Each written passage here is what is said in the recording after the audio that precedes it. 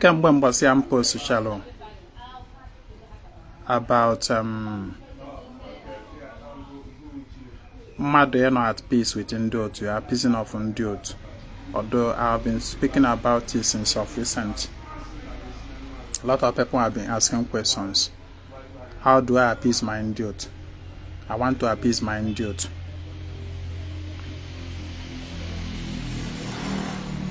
Mana ndị mmadụ anaghị ada pay attention.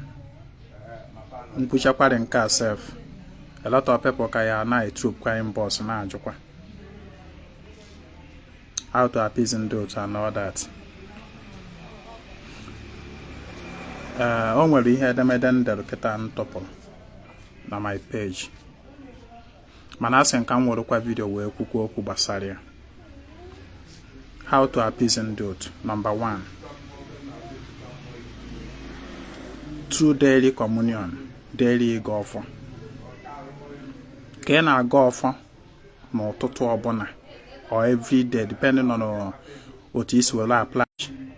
Ọwụ nkwụ ike ka iji, ọwụ mmiri ka iji.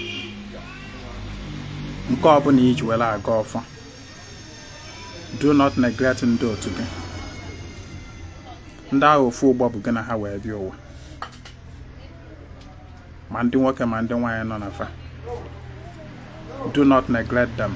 Always invoke them. Always invite them to your communion table. And then man, that your daily golf encompasses all the money in the sogi. Ma chigi ma ndị ichie ma aja na ma mmụọ ndebe nna na ikwu nne gị and all that. I have spoken about that. So that is one way of appeasing ndị otu gị. Daily golf. Number 2, ịkwa ibu ndị otu. Onwe ha na-agba ịkwa ibu ndị otu, which is about mass settlement of ndị otu. Once ndị otu niile. And then mana ndị otu is a compound name. Ndị mmiri bụ part of ndị otu. Ndị iyi ụwa, they are part of ndị otu. Ndị ọgbanje, ha are part of ndị otu. Ndị ọgbọ fast na part of ndị otu. So ndị otu riri nne. Ndị otu riri nne. So onya mere na ịkwa ibu ndị otu adịmala like ịkpọ ya ịkwa ibu mmiri. Maka na ọ bụrụ na mkparụ gị ibu ndị otu, ọ bụrụ sọ ndị mmiri ụka na-echukwa, ana m echukwa ndị otu gị niile. You know what? That is why na dị ibu. The items m meji wee lụrụ gị dị ọrụ. All of ndị otu nwere oke na ya, including your spirit spouse. So normally this ịkwa ibu ndị otu, all dibia kwesịrị imerụ gị, specialist dibia dị specialized n'ọrụ ndị otu kwesịrị imerụ gị. So ị ga-akwụ dibia ụgwọ for it, o merụ gị. Enwegasịrị ihe ndị eji eme ya, and emesịa ya, dibia ọbụla alụkwarụ gị ibu ndị otu kabarụ ka egwu ya. Ọ bụrụ na emesịa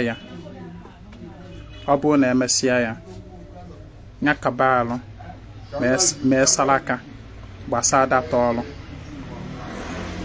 Dibia ahụ kabarụ meelụ gị salaka for the sake of that ọrụ. Maka not every dibia take cognizance of this salaka aspect of that ọrụ ndị otu, because that is when that salaka is the climax of it all. Like mụ na onwe m otu nsi alụ that particular ọrụ, ọ na-eteke m 2 days. The first day bụ gịnị, ịkwakọ ibu ndị ya agbada na mmiri. Ndị ya agbada na mmiri on a water body. Ewekọsịa those things, ewere ekwu okwu jee butasịa na mmiri mgbe ewu ma ọkụkọ ga-adị ya na ihe ndị ọzọzi. Then the next day, egoruzie anụ gbuo wee mezie salaka, wee sie ite, kpọọ ndị mmadụ ferie, o wee ruo na nkwụ. So ịkwa ibu ndị otu is one of it. Ọkwa ekwugo m to now. Daily communion, ịkwa ibu ndị otu. Then another one bụ ikpe ile ọma. Ikpe ile ọma, you can do it in any way. Ikpe ile ọma is simply 1. like onye nọ kịta ị nwere ike tụtụrụ ofu nzu gbadara onwe gị mmiri iru dị were ekpere ekpere ma ọ bụ were ofu ọjị gbadara onwe gị mmiri nọ gị nso iru dị ikene mmiri bịa n'obi ya ikwu afa gị ịkpọ ndị otu gị ịgbafa ihe iji wee bịa iwere ọjị agbafe okwu ikwucha ịwa ọjị gharịfa na mmiri ọgwụ ikpekwa n'ile ọma ịchọkwanụ inwe ike were ọkụkọ wee gaa iwere dị ọkụkọ kwuchie okwu inye ya n'isi gị terịfa na mmiri asị ọkwa gị ji egbuwe ọkụkọ na mmiri ị nwere ike iji nzu ị nwere ike iji ofu mkpụrụ akpa sef anything ọbụla rugo aka ị nwere ike iji ife azụ na-eri were gaa na mmiri kpee ekpere ikwucha ịgakọrị ya na mmiri ụmụ azụ abụkọrọ rie ikpego ile ọma ị na-aghọta mana ịmagọ na ngụnwe iji aka gị mee ihe this aspect of ikpe ile ọma nwere ike iri gị ife lesser than ọ bụrụ na isi dibịa ya ekperu gị ile ọma. That is another one. Okwe kwugo m tọrọ na. Then another one bụ saraka. Mmadụ imerụ ndị otu ya saraka. It's another way of appeasing ndị otu gị. Gịnị bụ saraka? Ị nwere ike mmadụ nwere ike ịnọ na bịa ma ọ bụ inye dibịa ego dibịa nọ na bịa kpọọ ndị otu gị gbuo rufe anụ sie rufe ite kpọọ ndị mmadụ ferie n'afa gị ọ bụ saraka. Ịghọtago? Ma ọ bụ nkwọ saraka anụ ezi mma na-eme ezi mma na-eme nkwọ saraka every nkwọ whereby people contribute a lot of edible things ma ife a na-aṅụ aṅụ ewere ihe ndị ahụ eche ndị otu n'iru gwa ha okwu eke ndị mmadụ ferie. That is also saraka. You know, saraka is about feeding people or feeding animals. Ime ọgọ. That is saraka. Ime ọgọ imerụ ndị mmadụ ife. That is saraka.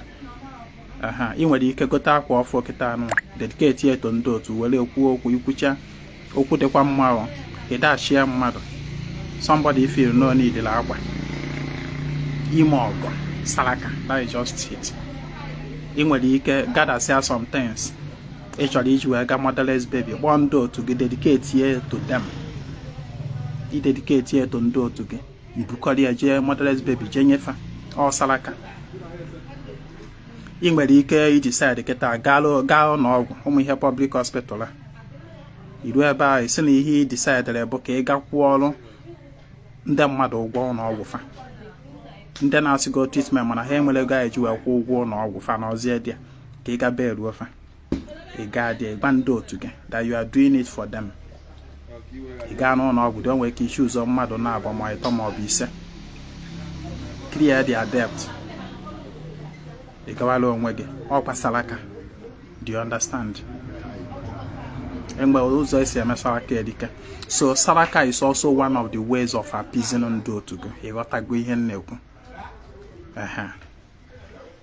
Ọ na-ekwu ịmarụ ndị ị ga-eme n'onwe gị marụ ndị dibịa nwere ike imerụ gị. Then another thing bụkwa onye gbọtara ebu n'ọnọkwa nso ya ka akwa arụ bịakwa nna bịa nne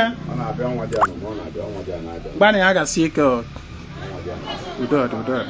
So ọkwa ekwugo mfọ na ekwugo mfọ. Then the fifth one bụ nke mkpọrọ self-offering. Ajọ onwe self-offering. What is self-offering? Self-offering is about somebody offering himself or part of himself. This self-offering have to do with self-mortification, restraint, delayed gratification, whether sensual or what, however. Man where you can choose or decide that for the sake of ndị otu ya na ya man this certain food again in his life.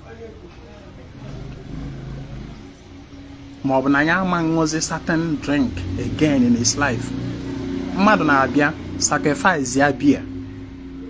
Maybe onye ahụ na like ta beer. O wee sị for the sake of ndị otu mụ ma natazi beer ọzọ. or personal offering for the rest of his life. Nyana be enwaziokwu. More certain food, maybe certain food. Mmadu na-eji maka ndị otu ya choose one and amanizi anything derived from akpụ, cassava, for the sake of ndị otu ya. Henceforth, na amanizi akpụ or anything from akpụ. It is self-offering. It can also be aja to one's ndị otu. Mmanu nwere ike pụta kịta anụ asị na certain market day na nya mma mmezi mmekọ nwoke na nwanyị, or offer that particular market day for the sake of ndị otu ya. It is also offering. It is self-offering. Offering of self. Nhunye nke onwe. Oblo no na mmadụ force gị gị mee ya. Oblo no na ndị otu gị force gị gị mee ya. But you just decided. And the such offering come with a lot of dividends. It come with a lot of blessings and the power. Ike, power. You become more powerful. Ikwu okwu otu amụọ ahụ na okwu ikwuru. So, I am talking about person just deciding ihe dị otu a na ya ama mmezi ma ọ nọ mmadụ na like to say ife ose. We decide here that now, for the sake of ndị otu m, I am no longer henceforth going to smoke anything, even cigarette or whatever. Na ya man take is here. Or boy a pencil for the rest of his life. That is also offering to ndị otu. Then on when nke ndị otu mmadụ na impose on the person. A man on ndị otu. For example, on when ndị bụ na ha lie catfish. O nwere ndị bụ na ha lie catfish. Onye ha nsogbu n'afọ. Ọ gafe ahụ. Then if you experience this kind of thing, you need drug. You don't need afa or any other person back in a have been do to get Choraka. It's charia. If you get the first time, you did the catfish or make first time, or male second time, male third time. You cannot talk about afa to pay a malo, may have one son do to get. Ma one well on day abo maybe fadi abo or na ha de hamana or laugh their whole system. Kelifona be or that de mana. That ten boyfriend do to get na chigi shoroke so. Makanda na ejo kudi bia dibia bara ma fa kam mari feshim na so. Kam mari fendo tum na so. But even do to get na so. By yourself, observe yourself, study yourself, and you will find out. If all bone man ilie ma be enwo ma be ime oraga ahụ ga ada anabatia mmụọ ga ada anabatia ga ncharia sorry nso is about refrain from it so nso restrain from it onya bụ nso charia that is nso ena. So it can be some due to get imposed on you, on so again for the sake of ndot impose on yourself. But let it be so that is worthwhile. Let it be so that is worthwhile. Self-offering that is worthwhile. For example, you are a woman in marriage and you are not in agreement with your husband. They say na and then a sudden door to get sex for so day. When you you shouldn't. A blood success kega so even a lot of things saying what they case. Consider your partner. So whatever you are doing, make use of your brain. Go and have an reputation. You like again. Cause your marriage. It's not if you're not from Ezinwa Anaedo. There is a whole lot of other things. A blood success we have also. So these 5 things these 5 ways bụ ways mmadụ nwere ike isi mere gịnị appease ndị otu ya, be at peace with them. Enwekwala other ways according to your spirit lead, just follow. Ọ bụrụ ife ine ka ị na-edere egba gị, agba gị na no matter how good a teacher is, especially in matters of spirituality, that teacher is only there to give you a roadmap. Ọ bụrụ na ọ ka ọ gwa gị ihe ị ga-eme, is only there to point a roadmap to you. And I want go accord the issue. Go accord the issues. Yeah, man and neck and on. Oyena no near Saraka no Bia. Nkwasaka no Bia Macandem when I say is on. Well, okay, get up here. Chat me on WhatsApp 003247768. My name is Ezinwa Anaedo. I come for a total restoration of ordinary nominal neighbor. Akajiọfọ.